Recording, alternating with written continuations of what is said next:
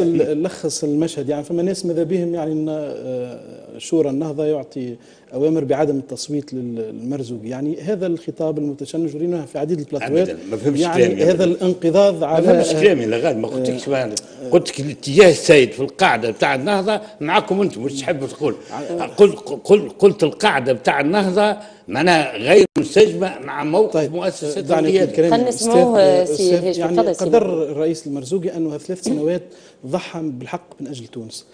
كيفاش ضحى لانه السهام الكل كانت متجهه نحوه. ثم ناس يقولوا لي الرئيس المرزوقي معروف. اقول لهم ماذا يعرف الناس عن الرئيس المرزوقي؟ يعرف هذه الصوره التي رسمها بعض الاعلام، صورة القلابس المشوهة، صورة الخطاب متاعه اللي ينقل منه 30 ثانية بعد 20 دقيقة من بداية نشرة الإخبارية، صورة الخطابات اللي لا ينقل منها المحتوى الحقيقي والمضمون إلا فقط النكت وغير ذلك، صورة العمل اللي يقوم به على مدى سنة ونصف في مختلف أنحاء العالم ما يسمى بالدبلوماسية الاقتصادية، اللي الآن مرشحون يدعون أنهم يعني هذا هو برنامجهم، ولكن الأستاذ الدكتور والرئيس المرزوقي هو فعلا من قام بالدبلوماسية الاقتصادية. هو أول رئيس له شرف أن يقود هذه الدبلوماسية الاقتصادية، وما جرى في أفريقيا هو أكثر. يعني ولكن خلينا ملاحظة بسيطة على خلينا في ملاحظة بسيطة على حكاية التغول. وأنا أسأل ممثل الجبهة الشعبية خاصة اللي فيها مناضلين مقراب من هالشعب هذا، أسأله ما قولك في تصريحات سيد طيب البكوش اليوم اللي قال على الأحزاب الستة اللي ناصرت المرزوقي أعلن دعمها له أنه هذه أحزاب تدعم الإرهاب ويجب حلها.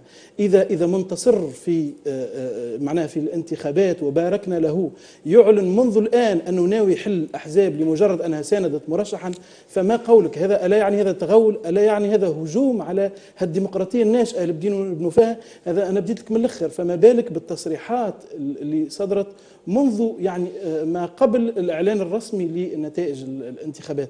صراحة يعني إذا نشوفوا الاستقالات من هيئة الحقيقة والكرامة بعد تصريحات السيد الباجي قايد السبسي بأنه يعني سيمنع عمل هذه الهيئة وسيعطلها وسيغير يعني البعض من أعضائها، استقالات ما قالوش السبب هذا يا مبروك. لا، قال أنه هيئة الحقيقة والكرامة يعني فيها أعضاء غير جديرين ما ندافعوش المحايدين العضوية. يعني صراحة أنا لا أفهم يعني هذه التصريحات المنتشية في هذا الاتجاه، في اتجاه أنه القضاء على الديمقراطية قبل ولادتها.